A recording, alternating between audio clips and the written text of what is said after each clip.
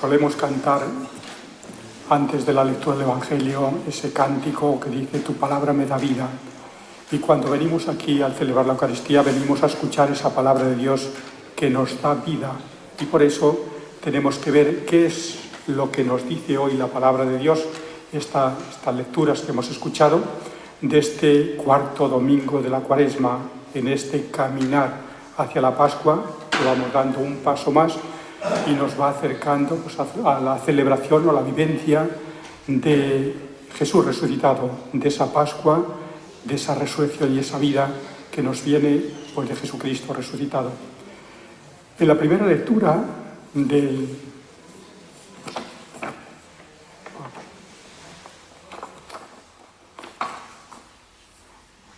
primer libro de Samuel, nos ha narrado un hecho y un acontecimiento enormemente importante en la historia del pueblo de Israel. Es el momento en que Dios elige un rey. El primer rey que habían tenido había sido Saúl. Era infiel a Dios, se había apartado de la voluntad de Dios y entonces Dios le descarta y elige un nuevo rey. Y este rey va a ser David. Por lo tanto, nos ha hablado de esa elección de David como rey y de esa unción también que el profeta Samuel hace a David como rey. Bueno, pues en este hecho, en este acontecimiento tan significativo para la historia de Israel, pues tenemos que darnos cuenta que es el comienzo de esa monarquía en el pueblo de Israel y la importancia que después para todo ese pueblo de Israel tuvo el rey David, elegido directamente por Dios, ungido por Dios a través del profeta Samuel. Y pudiéramos destacar dos cosas en esta elección que Dios hace de David como rey.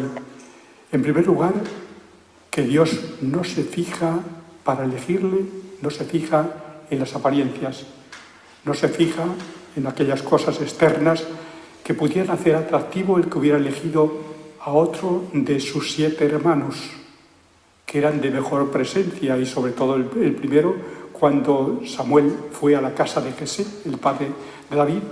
Entonces pasó el mayor de los hijos, que tenía buena presencia, que era alto, tenía buena apariencia, y entonces aún el mismo profeta Samuel se equivocó, porque él pensó: este es el elegido de Dios para ser ungido como rey, y sin embargo se equivocaba. Fueron pasando todos los otros hijos de Jesé ante el profeta Samuel, y Dios iba diciendo al profeta: ese no es. Y cuando habían pasado todos, ya pregunta al padre y le dice: ¿no te quedan más hijos, más muchachos? Dice: sí, está el pequeño que está en el campo guardando los rebaños.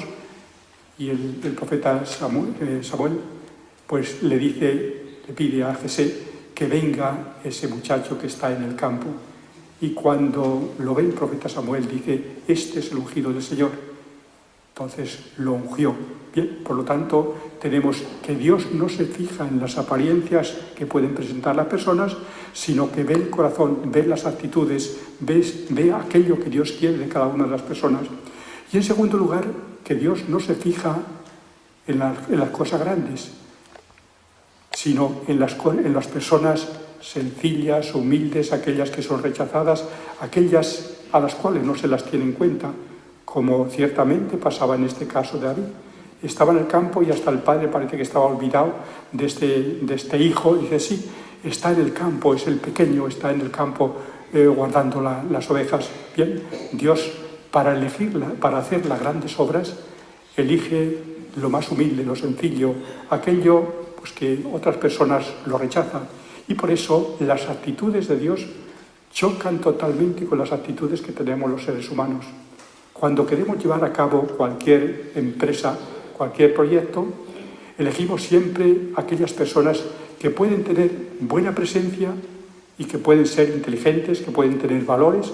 Entonces escogemos a esa para que pueda triunfar y podamos llevar a cabo ese proyecto que nosotros tenemos en la mente y queremos que triunfe ese proyecto. Y entonces elegimos las condiciones y las personas adecuadas para ello. Esto es lo que hacemos los seres humanos.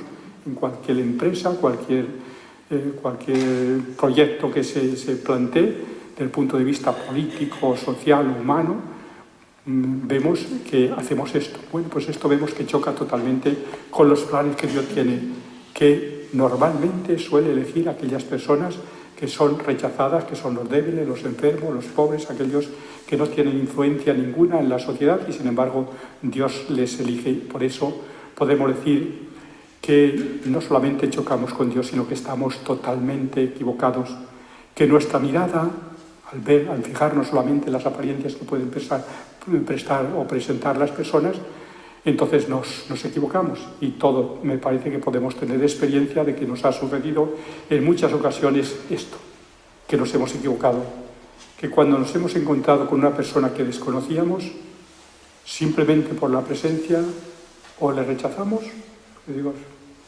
no me da buena, no tiene buena pinta, no me fío. Y en otras ocasiones pues vemos a una persona que tiene buena presencia, buena apariencia, que habla esto, entonces decimos, entablamos una amistad con esa persona, nos fiamos de ella.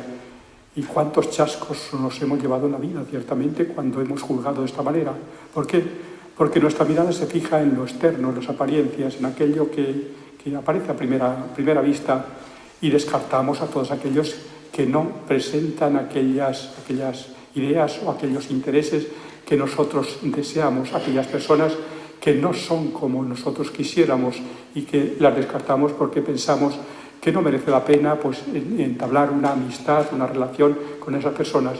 Y pienso que todos tenemos experiencia de los fracasos que hemos tenido con respecto a esto, que después cuando hemos tratado a muchas de esas personas nos damos cuenta que aquellos que al principio nos presentaban mala experiencia, que no nos fiamos, descubrimos que en su corazón hay una bella persona, tiene unos valores extraordinarios y que llega a cautivarnos y que llega pues, a ganar pues, nuestro cariño, nuestra amistad. Por el contrario, hay otras personas que después de tratarlas pues tenemos que rechazarlas porque vemos esto no me conviene, no voy por buen camino. Bien, pues aquí tenemos por lo tanto una lección que se nos presenta a nosotros.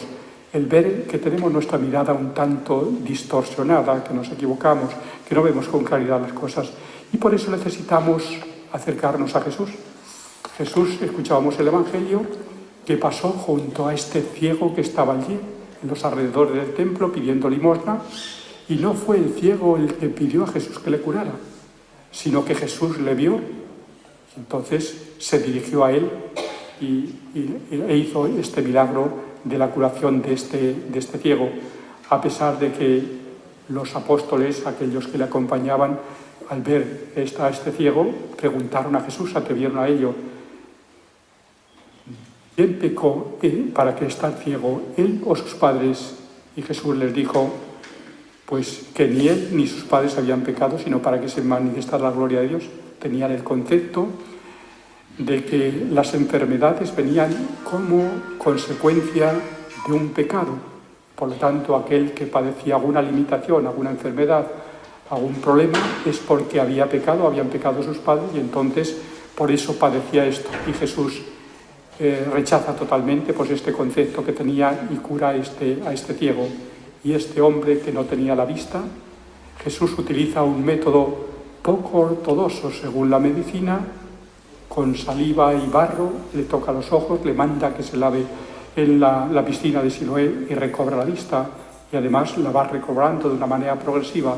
Primero dice, veo hombres que parecen árboles, después ve a los hombres y después termina viendo a Jesús, termina recibiendo la fe en Jesús, de tal manera que después terminó diciendo, creo, Señor, creía en Jesús. Bien, pues aquí tenemos una lección para todos nosotros, que podemos estar también, si no ciegos del todo, sí podemos tener bastantes problemas en nuestra visión para ver y fijarnos solamente en las apariencias y no ver el corazón, el fondo, lo que hay dentro de cada una de personas, que es lo que merece nuestro aprecio, es lo que merece el que nosotros les tengamos en consideración.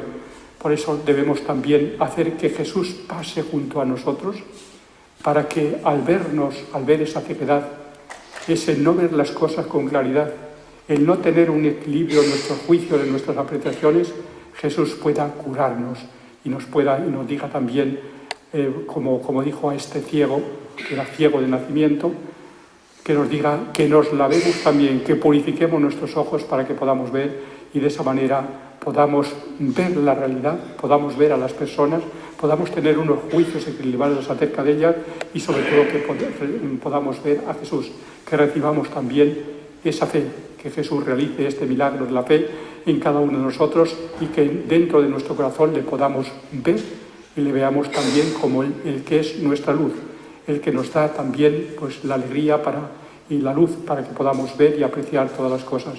Pues en esta Eucaristía que Jesús pasa también a nuestro lado, pidámosle que Él sea nuestra luz y que destierre las oscuridades y cure nuestra ceguera. Que así sea.